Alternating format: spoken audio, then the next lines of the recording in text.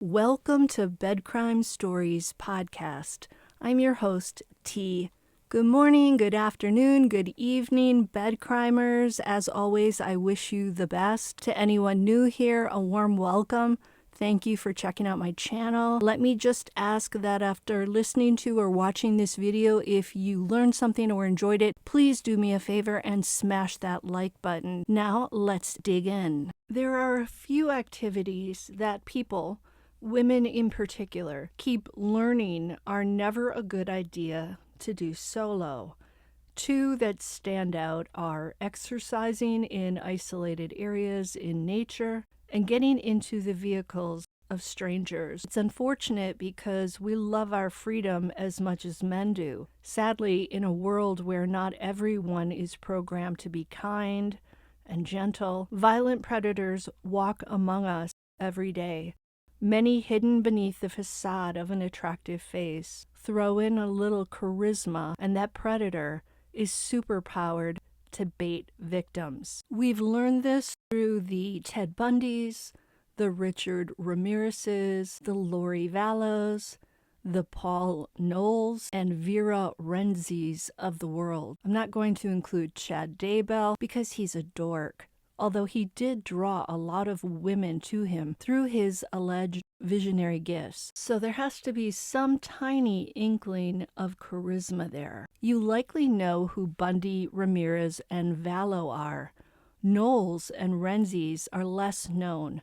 Knowles was the so-called Casanova killer, and he committed his crimes between July and November of 1974 in the United States. Accused of taking the lives of 19 people, Knowles was done in himself by an FBI agent in December of '74 after attempting to escape while being transferred to a maximum security facility. In 1920s Romania, actress, psychopath, and Black Widow Vera Renzis was accused of doing in between 35 and 38 people. Her thing was sprinkling a little arsenic into her lover's wine. Here's your Cabernet, honey. But back to the story at hand. This tale involves 4 women between the ages of 23 and 44, all caught unaware by a real-life monster who used his good looks and facade of being a gentleman to lure them to remote locations. There, he would immediately change his stripes and turn vicious and violent. His twisted game was to threaten the women with a weapon, tackle them to the ground, and then essay them. In May of 2023, so just last month, a prominent corporate attorney living in New Jersey but working in Manhattan named Matthew Nilo was arrested by police after a sting operation carried out with the FBI's assistance. Nilo can blame some of his relatives, people he may not even know, who unbeknownst to him submitted their DNA to one of those public genetic genealogy databases. That person or persons who submitted their DNA had no idea that they were helping crack a series of crimes. Karma really is a biatch. 15 years after allegedly committing a series of violent essays in Boston, Nilo was betrayed by his DNA. By the way, when I say essay here, I'm referring to the 4-letter word that begins with an R and ends with an E. YouTube does not like that word. During his recent arraignment in Suffolk County Superior Court in Massachusetts, Nilo was charged with 3 counts of aggravated essay, 2 counts of nabbing people without their consent, another word YouTube doesn't like, and 1 count of indecent assault and battery. If convicted, Nilo could spend the rest of his life in prison, and he can kiss his successful law career bye-bye. Standing by his side as the charges were read out in court was his likely shell-shocked fiancée, Laura Griffin, who held a rosary in her hand. Nilo and Griffin became engaged just a few weeks before Nilo's shocking arrest. He entered a plea of not guilty with a look of total bewilderment on his face. This bed crime story takes us back to 2007 and 2008. Those were the years of a great financial crisis in America, when many people lost their jobs, their life savings, their homes, or all three. The housing market crashed, and it left pretty much everyone affected. During those 2 years, Matthew Nilo, who hailed from the Boston area, was studying psychology for his undergraduate degree at the University of Wisconsin-Madison. Over holidays like Thanksgiving, Christmas, and summer break, Nilo would travel back home to Massachusetts. The first crime that he is accused of occurred in the early morning hours of Saturday, August 18, 2007. Nilo would have been 19 years old at the time. It was on this day that a 23-year-old female who'd been out with friends in downtown Boston left a bar and headed on foot in the ghost town-like area towards State Street to look for her car. State Street is one of the oldest streets in Boston, located in the financial district. It marries historic buildings with modern skyscrapers. Bustling during the day, it often falls quiet at night. As this 23-year-old walked in the direction of her car, hearing her footsteps on the pavement, she was approached by a man in his 20s with light olive skin and brown hair. Because his face looked familiar, she thought she knew him. When he offered her a ride to help look for her car, she willingly got in. Big mistake. Instead of driving her toward her car, the man took the now trapped and frightened young woman to Terminal Street in Charlestown. Terminal Street is in a predominantly warehouse district in the Charlestown neighborhood of Boston. It's near the waterfront. There are not a lot of people there at night. There are railroad tracks nearby. No one would hear you scream in such a place at such an hour. If this young woman felt at all vulnerable walking alone on State Street, then Terminal Street with this now not so friendly young man likely sent her into panic mode. The man told her to get out of the car. He also barked, "Shut up," and the threat was that if she didn't, he'd do her in. To further control his victim, the man said he had a weapon. Next, he essayed her on a grassy area near those dismal railroad tracks.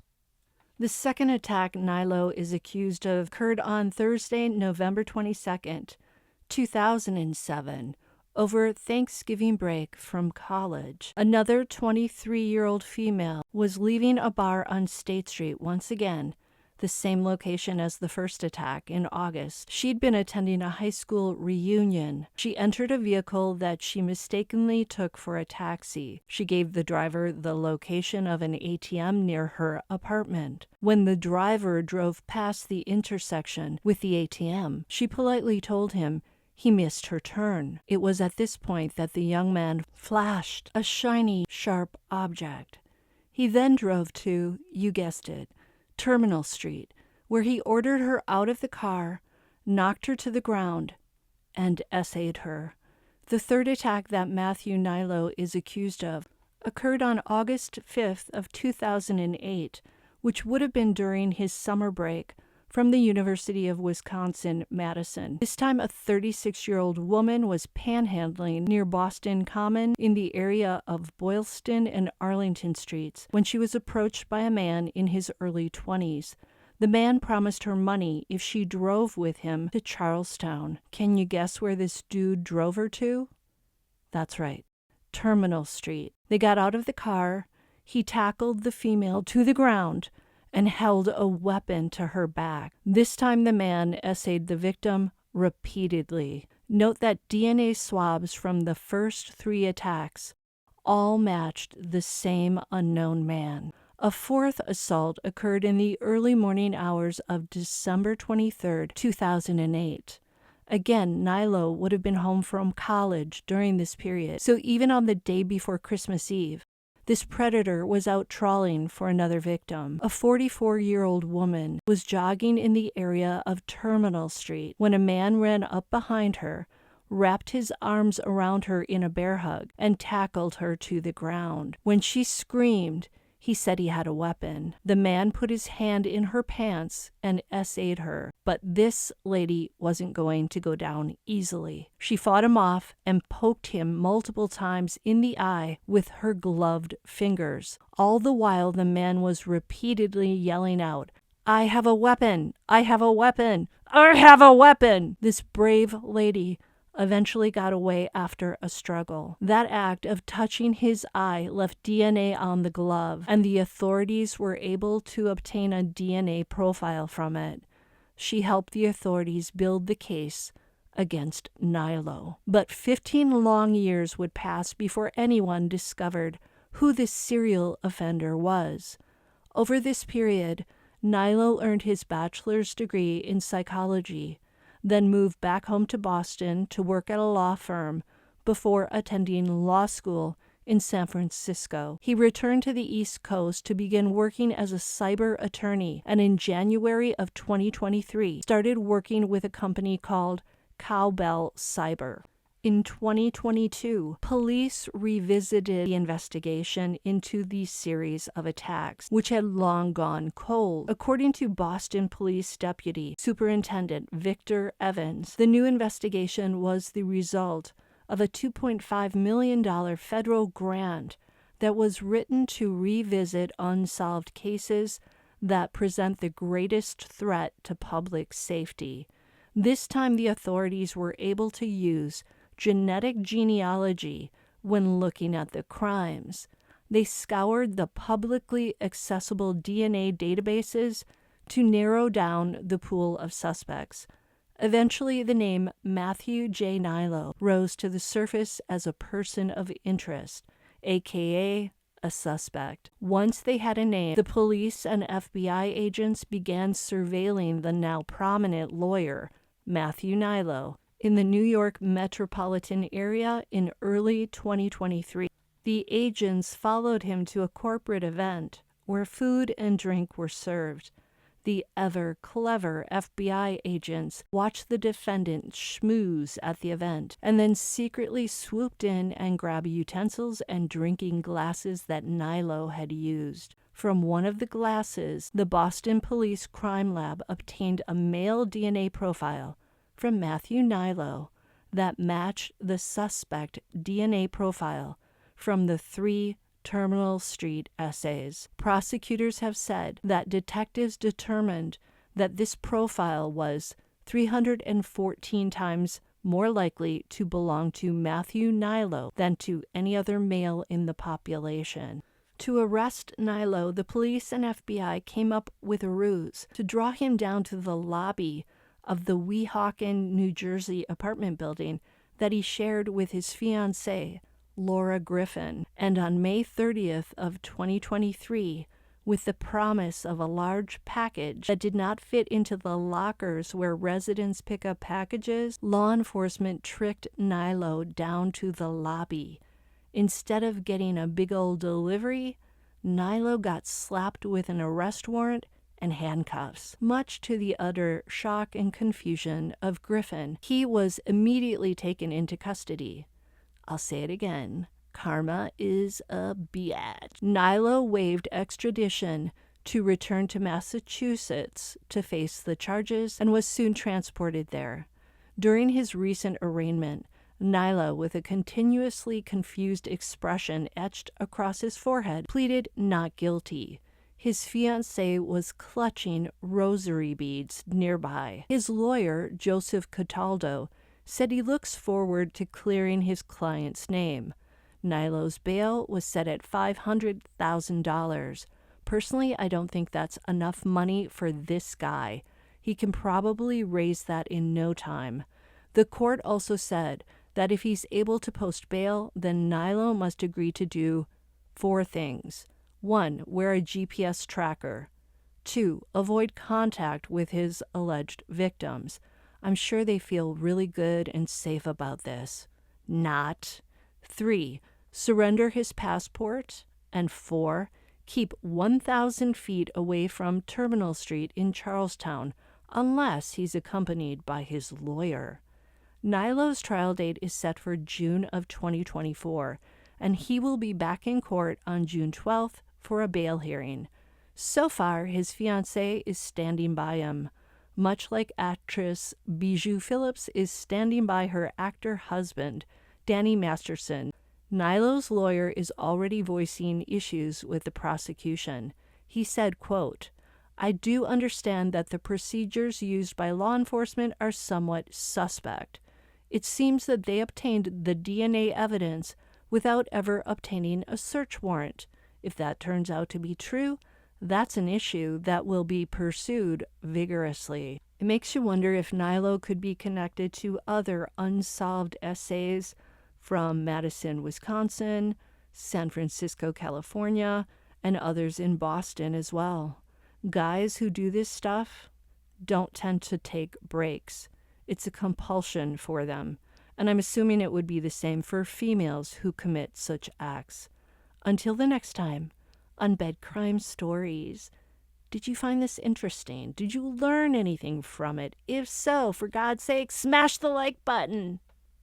Attorney Matthew Nilo finding himself on the other side of the law. How do you plead to those offenses? Guilty or not guilty? Not guilty. The 35-year-old is accused of raping 3 women and attempting to rape a 4th. All attacks happening in the area of Terminal Street in Charlestown back in 2007 and 2008. Today, the prosecutor detailed the 3 rapes in which 2 of the women mistakenly got into his car. Once outside of the car, the male told her to shut up or he would kill her, and that he had a weapon. At that time, he flashed a small knife at her. He then drove to Terminal Street in Charlestown, where he ordered the victim out of the car, knocked her to the ground, and raped her. After they got out of the car, he tackled the victim to the ground, held a gun to her back, and raped her. Nilo grew up in Boston, but was living in New Jersey, where he was arrested last week. Prosecutors say investigators matched his DNA to the crimes using a genealogy database, and then got their own samples. FBI agents were able to obtain various utensils and drinking glasses they watched the defendant use at a corporate event. But Nilo's defense attorney questions whether any of that is legal. It seems that they obtained DNA evidence without ever obtaining